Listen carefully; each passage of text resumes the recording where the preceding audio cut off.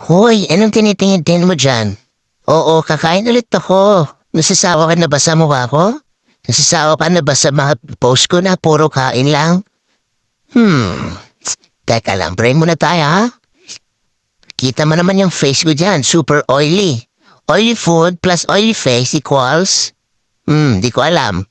Basta po kakain ako. Di ba sabi ko sa inyo once a day lang ako makain? Kaya eto, kakain ulit tayo ng sinangag at saka gulay with bagnet. My favorite. Ano, kain tayo mga tol. Nakita mo na yung subo ko dyan tol. Napakasarap kong kumain, di ba? Di ba? Sapa. Sige pa. Kain ka pa.